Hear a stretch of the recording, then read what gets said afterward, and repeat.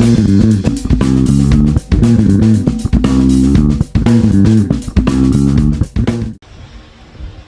magpagpalang araw po sa ating lahat ng mga arbitero. Nawa po ay nasa mabuti kayong kalagayan na malayo sa mga sakit at karamdaman. Tandaan po natin, bawal po magkasakit.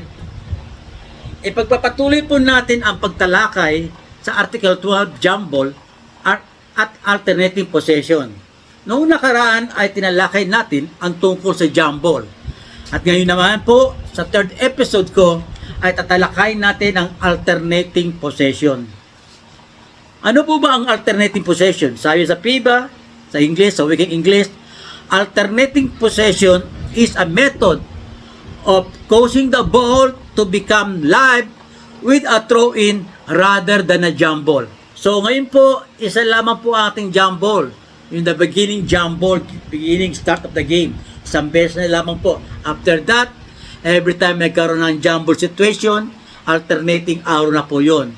Makikita natin sa table official, may mga arrow doon. Kung saan po nakalagay yung arrow, doon po ang ipagpapatuloy ang laro. Ano po ang procedure ng alternating possession? Nasabi sa Article 12.6.1, in all jump ball situations, teams shall alternate possession of the ball for a throw-in from the place nearest to where the jump ball situation occurs, except directly from behind the backboard. Maliwanag po ba sinabi doon? Lahat ng jump ball situation, salit-salitan ang mga team ng magkakaroon ng throw-in ng kanilang possession. Pangalawa po, 12.6.2, the team that does not gain the first team control of a live ball after the jump ball, yung opening jump ball po to, shall be entitled to the first alternating possession throw-in. So, ibig sabihin po to sa jump ball, nag-umpisa nag-jump ball, natapik ng Team A, nakuha ng A1 ng bola, control na nila.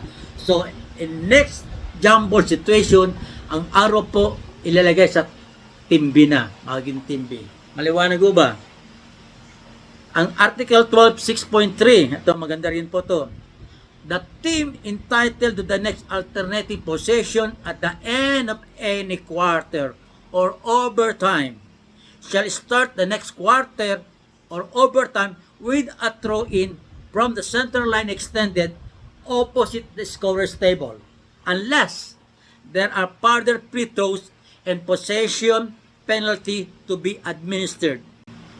Ang ibig sabihin po nito, pag nag-i-start po, during the start ng mga second quarter, third quarter, fourth quarter, or overtime period, ang throw-in lagi daw po doon sa center line, midcourt center line, facing the table official. Unless, nakalagay din po doon, unless there's a foul, further free throws, and possession penalty. Ibig sabihin po noon, enter bars of play po yun, may theoretical, Team A, titira ang B1 muna bago mag-start ang throw-in. Pag theoretical naman Team B, B1, titira ang A1 naman, bola pa rin ng Team A kung sino may ball possession. Hindi mawawala ang ball possession doon. Maliwanag ko ba? At meron pa sinasabi doon, and possession penalty to be administered. Ito pong tinalakay dito sa 12.6.3 ay nauukol din sa OBRI ng Article 12-21. Yung Article 12-21, may example din po doon. Ito po, maliwanag example para po hindi tayo malito tungkol doon sa aking sinabi. Ang example, the alternating possession arrow favors Team A. During the interval of play, after the first quarter, B1 is charged with an unsportsmanlike foul against A1. A1 shall attempt 2 free throws with no line-up, followed by Team A throw-in from the throw-in line in its front court to start the second quarter.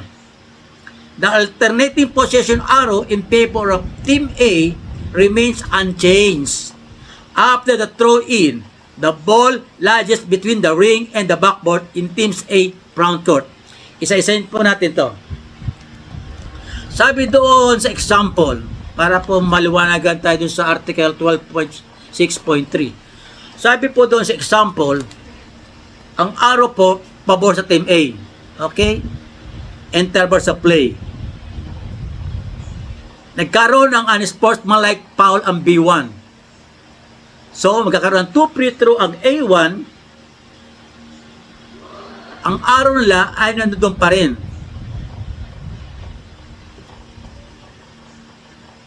Hindi mawawala. The alternating possession arrows in favor of Team A remains unchanged. After the throw-in, the ball lodges between the ring and the backboard in Team's 8 front court.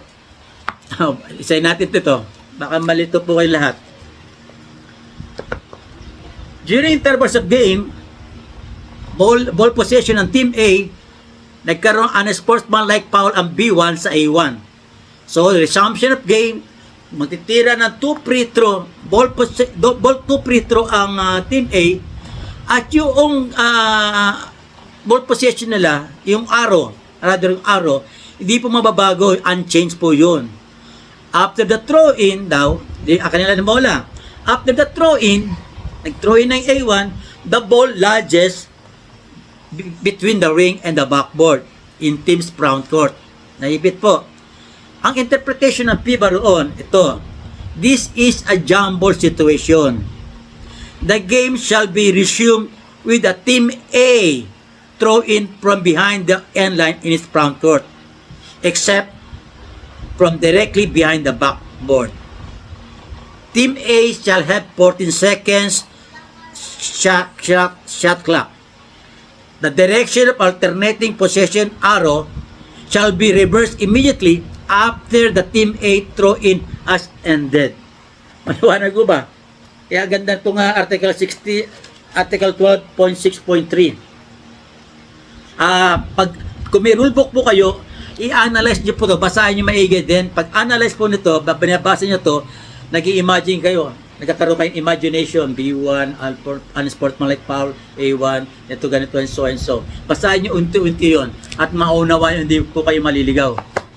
Okay, susunod po ang Article 12.6.4. Ang Article 12.6.4, sabi doon, napakadali intindihin to. The team entitled to the alternative possession throw-in shall be indicated by the alternative possession arrow in the direction of the opponent's basket. The direction of the alternative possession arrows shall be reversed immediately when the alternative possession throw-in ends. So, napakadaling intindihin itong Article 12.6.4. Pagka entitled ang Team A sa throw-in, arrow niya, pag nag-throw-in na siya, nag-end ang throw-in ends, ibabaguin ulit ang arrow immediately after the throw-in ends. Pagkatapos po ang throw-in. Itong Article 12.6.5 naman, ang sabi doon, a violation, tandaan po natin, a violation by a team during an alternating possession throw-in causes the team to lose the alternating possession arrow or alternating possession throw-in. The direction of the alternative possession shall be reversed immediately, including the opponents, indicating the opponents of the violation team shall be entitled to alternating possession throw-in at the next jump ball situation. The game shall then be resumed by awarding the ball to the opponents of the violating team for a throw-in from the place of the original throw-in. Magandang example po nito yung 5 seconds violation.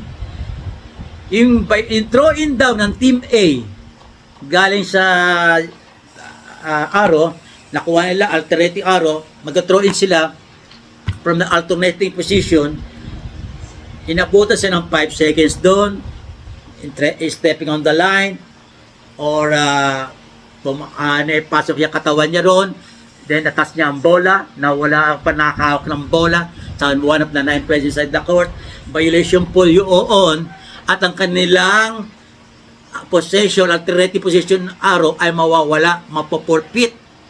Kaya pag nangyari po yun, immediately yung arrow mapupunta sa team B. Maliwanag ko ba? Mapupunta agad sa team B. So, if there's a violation during a throw-in the alternating possession, mawawala po kanyang alternative possession. Mawawala yon, mapupunta agad sa team B immediately. So, example natin, team A1 ako, nakuha ko, alternative possession kami, dahil galing sa jump ball, nakuha namin bola, pero nagkaroon ng violation ako, yung throw-in violation, violation, 5 seconds, example na, 5 seconds, hindi ko naipasa ang bola within 5 seconds, tinawagan ng 5 seconds, ball, yung kanyang possession, mababwala na po yun. Immediately, mapupunta sa team B. Okay? So, team B yun, mag-i-inbound team B, kanila ang bola next jump ball situation. Maliwanag ko ba? Ito, Article 12.6.5, a foul by either team. Ito, napakadali po. Kaya nga sinasabi yung sa Article 6.5, violation. Mapaporfeit ang kanilang alternating possession. Ito naman po sa 12.6.6, a foul by either team does not causes the ball entitled to the throw-in to lose the alternative possession. Hindi po mawawala sa kanila.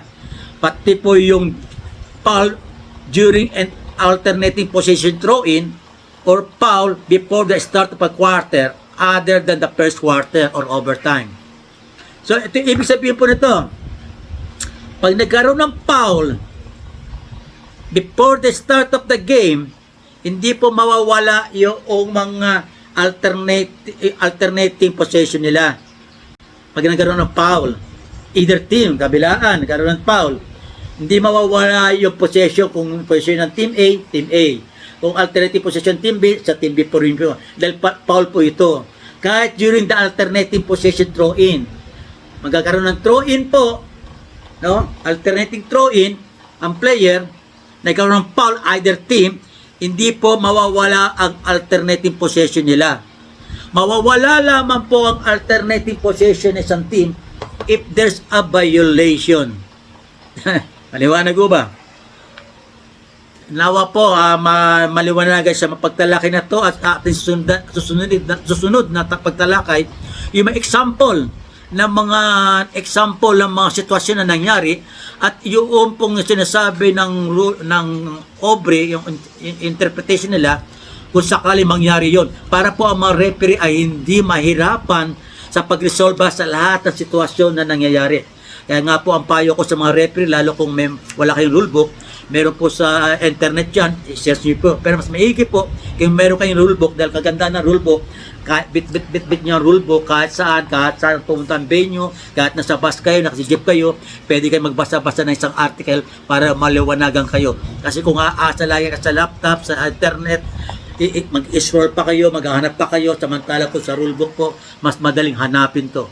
Maraming salamat po muli sa inyong pagsubaybay sa inyong abang lingkod, dating PIBA referee, Carlito Etok Camarongan. Maraming salamat po at mabuhay po tayong lahat.